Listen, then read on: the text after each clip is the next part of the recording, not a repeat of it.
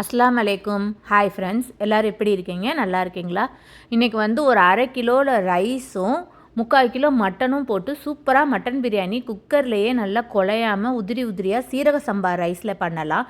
அதோடு நான் வந்து எண்ணெய் கத்திரிக்காய், அதுக்கப்புறம் ரவை பாயாசம், சிக்கன் 65 வச்சுருக்கேன், கொஞ்சம் தயிர் பச்சடி. இப்போ எண்ணெய் கத்திரிக்காய்க்கு ஒரு மிக்சர் ஜார் எடுத்துக்கலாம். அதில் வந்து 1 ஸ்பூன் எள்ளு, 1 ஸ்பூன் சீரகம், அரை ஸ்பூன் வெந்தயம், 3 பல்லு பூண்டும் 1 இன்ச்சு இஞ்சி போட்டுக்கோங்க.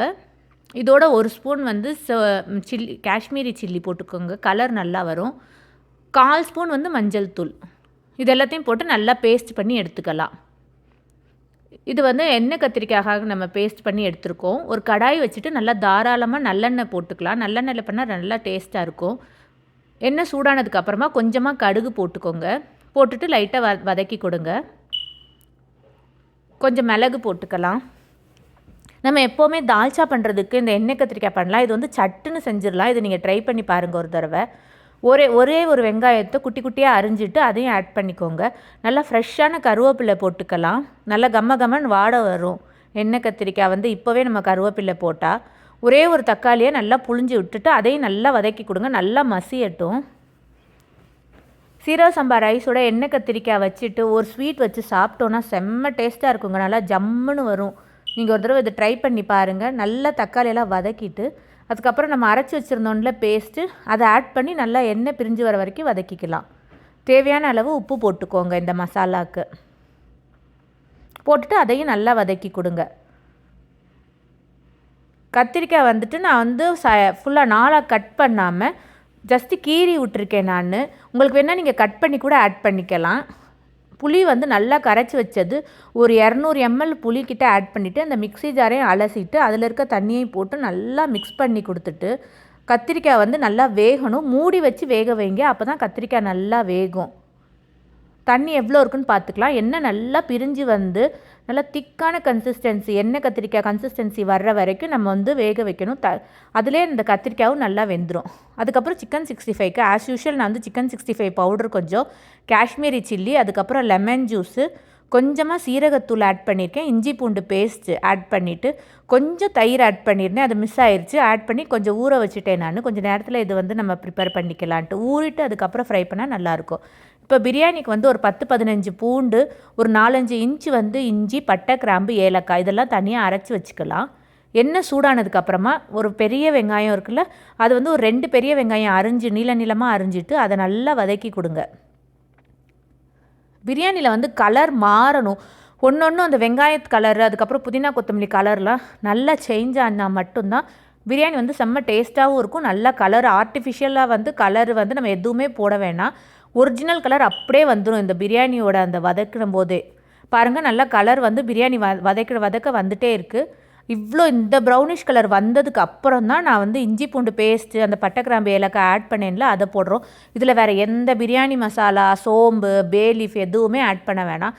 வெறும் பட்டை, கிராம்பு, ஏலக்காய், இஞ்சி பூண்டு இது மட்டும் ஆட் பண்ணால் போதும்.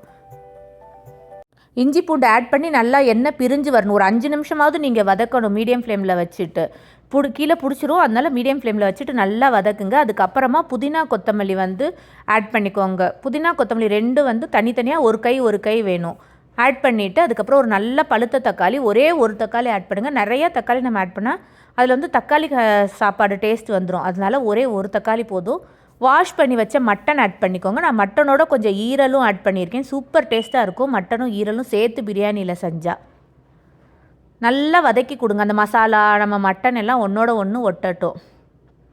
தேவையான அளவு உப்பு போட்டுக்கலாம். இந்த மட்டனுக்கு தேவையான அளவு உப்பு போட்டுட்டு அதையும் நல்லா மிக்ஸ் பண்ணி கொடுக்கலாம். அந்த மசாலாலாம் நல்லா ஒன்றோட ஒன்று ஒட்டணும். அதுக்கப்புறம் ஒரே ஒரு ஸ்பூன் வந்து மிளகாப்பொடி போட்டுக்கோங்க. ஒரு ஸ்பூன் வந்து தனியா பவுடர் போட்டுக்கோங்க. போட்டுட்டு அதையும் நல்லா மிக்ஸ் பண்ணி கொடுத்துக்கலாம். இந்த பிரியாணி ரொம்ப ஈஸியாகவும் பண்ணிடலாம், பயங்கர டேஸ்ட்டாகவும் இருக்கும். இது கண்டிப்பாக ஒரு தடவை ட்ரை பண்ணுங்கள். நல்ல கெட்டியான புளிக்காத தயிர் ஒரு 2 ஸ்பூன் போட்டுட்டு அதையும் நல்லா மிக்ஸ் பண்ணி கொடுங்க. திண்டுக்கல் பிரியாணி டேஸ்ட்டில் வரும் இது கிட்டத்தட்ட. நீங்கள் வேணாலும் ட்ரை பண்ணி பார்த்துட்டு உங்களுக்கு பிடிச்சிருந்துச்சுன்னா கமெண்ட்டில் சொல்லுங்கள். அந்த இஞ்சி பூண்டு அரைச்சி வச்சுருந்தோம்ல, அதை கொஞ்சம் லைட்டாக அலசிட்டு அதையும் தண்ணி போட்டுக்கலாம். போட்டுட்டு நல்லா மிக்ஸ் பண்ணி கொடுத்துக்கலாம். இப்போ இந்த மட்டன் வேகிற அளவுக்கு நம்ம கொஞ்சம் தண்ணி போட்டுக்கலாம். ரொம்ப தண்ணி போட வேணாம். மட்டன் வேகிற அளவுக்கு தண்ணி போட்டுட்டு 2 விசில் விட்டுக்கலாம். 2 விசில்லே மேக்ஸிமம் வெந்துடும். நிறையா விசில் விட்டோன்னா அப்புறம் கறி வந்து தனித்தனியாக போயிடும். அது கூட நான் வந்து ரவை பாயாசம் பண்ணிடலாம். இது வந்து ரொம்ப சிம்பிளான ஸ்வீட்டு, 10 நிமிஷத்தில் பண்ணிடலாம். பால் காய வச்சுக்கலாம். நம்ம பால் வந்து நல்லா காஞ்சதுக்கு அப்புறமா ரவை இருக்குல்ல, அது நான் ஒரு 100 கிராம் ஆட் பண்ணியிருக்கேன். நல்லா கை விடாமல் கிளறிட்டே இருங்க, கொஞ்சம் கொஞ்சமாக போட்டு. கட்டி தட்டிடும், அதனால் கிளறிட்டே இருக்கணும் நம்ம போடுற வரைக்கும். பாருங்கள், அது நல்லா கொஞ்சம் கொஞ்சமாக கிளறிட்டு அதுக்கப்புறம் நான் கொஞ்சமாக ஒரு 2 ட்ராப் வந்து ரோஸ் வாட்டர் ஆட் பண்ணியிருக்கேன். அந்த ஸ்மெல்லுக்காக சூப்பர் டேஸ்ட்டாக இருக்கும் ரவை பாயசம். வேணும்னா ஆட் பண்ணிக்கலாம், இல்லாட்டி ஸ்கிப் பண்ணிக்கலாம். 1:2 வந்து நான் 3 வந்து ஜீனி போடுவேன். ஆனால் நான் இப்போ 200 கிராம்ஸ் போட்டுட்டு கொஞ்சமாக கண்டன்ஸ் மில்க்கும் ஆட் பண்ணியிருக்கேன். 10 நிமிஷத்தில் உங்களுக்கு ஏதாவது ஸ்வீட் செய்யணும், இல்லாட்டி யாராவது கெஸ்ட்டு வராங்கன்னா நம்ம இந்த இது ட்ரை பண்ணலாம். இது ஒரு சிம்பிள் மினி விருந்து. இல்லாட்டி நம்மளுக்கு ஃப்ரைடேக்கு நம்ம எப்போவுமே கொஞ்சம் நல்லா சூப்பராக தானே பண்ணுவோம், பெஸ்ட்டானது. அதுக்கு கூட இந்த மெனு நம்ம ட்ரை பண்ணலாம். கண்டன்ஸ் மில்க் எல்லாம் போட்டுட்டு கடைசியில் வந்து கொஞ்சம் திக்காக ஆனதுக்கப்புறமா பாதம், முந்திரி, திராட்சை எல்லாம் நல்லா நெய்யில் வறுத்து ஆட் பண்ணிக்கோங்க. கொஞ்சம் செம்மையாகவே வச்சுக்கணும், ஏன்னா ஆறுனதுக்கப்புறம் இன்னும் நல்லா திக்காயிரும். ரொம்ப கெட்டியாக வச்சா அதுக்கப்புறம் ரொம்ப திக்காயிரும் ஆறுச்சுன்னா. என்னோட அந்த பாயசம் வேலை முடிஞ்சிருச்சு. அதுக்கப்புறம் பிரியாணி கிட்ட வந்துட்டேன் நான். என்னோட கறியும் 2 விசில் விட்டு நான் நல்லா வெந்துருச்சு. நல்லா பஞ்சு மாதிரி சூப்பராக வந்துருந்துச்சு.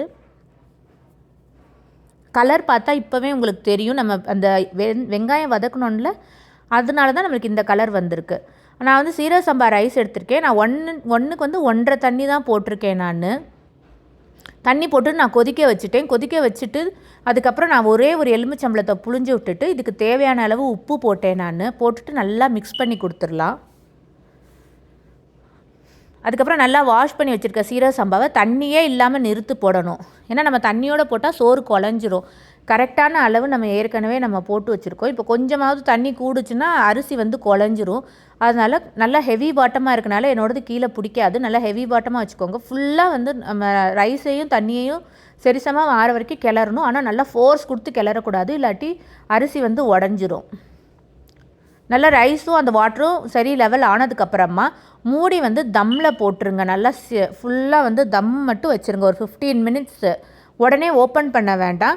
ஒரு 10 நிமிஷம் கழித்து நீங்கள் ஆஃப் பண்ணிவிட்டு 10 நிமிஷம் கழித்து ஓப்பன் பண்ணுங்கள். பாருங்கள் கலர் எவ்வளோ செம்மையாக வந்திருக்குன்னு, நல்லா ஜம்முன்னு இருந்துச்சு. இந்த ரெசிபி, இந்த மெனு சாப்பிட்றதுக்கு ஒரு எண்ணெய் கத்திரிக்காய், ஒரு பிரியாணி, ஒரு ஸ்வீட்டு, ஒரு சிக்கன் 65ன்னு செம்ம காம்பினேஷனுங்க போங்க.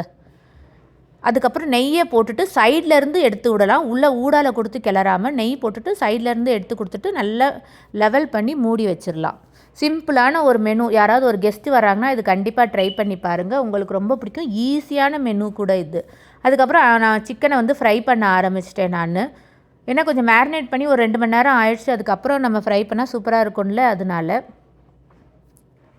என்னோடய சிக்கனும் ஃப்ரை ஆகிடுச்சு. நல்லா 2 சைடுமே பொன்னரமாக போட்டு எடுத்துட்டேன் நான். சூப்பரான இந்த மெனுவை நம்ம ட்ரை பண்ணி பார்த்துட்டு உங்களுக்கு பிடிச்சிருந்துச்சுன்னா கமெண்ட்டில் வந்து சொல்லுங்கள். நம்ம சேனலில் புதுசாக யாராவது பார்த்துட்டு இருந்தால் சப்ஸ்கிரைப் பண்ணிக்கோங்க. வீடியோ பிடிச்சிருந்துச்சுன்னா ஒரு லைக் கொடுங்க. உங்கள் ஃப்ரெண்ட்ஸ்க்கு ஷேர் பண்ணுங்கள் சிம்பிள் மெனு ரெசிப்பியை. இதுதான் இன்றைக்கி நம்மளோட சிம்பிள் மெனு. ஃப்ரைடேலாம் நம்ம இது வந்து ட்ரை பண்ணலாம், சீக்கிரம் செஞ்சிடலாம். ஃப்ரைடே வந்து எப்போவுமே நம்ம நல்லா செஞ்சு சாப்பிடணும்னு நினைப்போம். அதுவும் நம்மளுக்கு கிட்டத்தட்ட ஒரு பெருநாள் மாதிரி தான். அதுக்கு நம்ம இந்த ரெசிபி ட்ரை பண்ணலாம். உங்களுக்கே தெரிஞ்சிருக்கும், கலர் பாருங்கள் எவ்வளோ ஜம்முன்னு வந்திருக்குன்ட்டு. சூப்பரான ஒரு பிரியாணி, நல்லா கம்மன் வாசனையோட, நிறைய மசாலாவும் போடாமல், பிரியாணி பவுடர் எதுவுமே போடாமல் உங்களுக்கு சூப்பர் டேஸ்ட்டாக வரும் இந்த ரெசிபி. பிரியாணி, எண்ணெய் கத்திரிக்காய், அதுக்கு ஒரு சிக்கன் 65, கூடவே ஒரு ஸ்வீட்டு, இதெல்லாம் சாப்பிட்டு முடிச்சுட்டு ஒரு ஸ்வீட் சாப்பிட்டாலே போதுமே. தேங்க்யூ.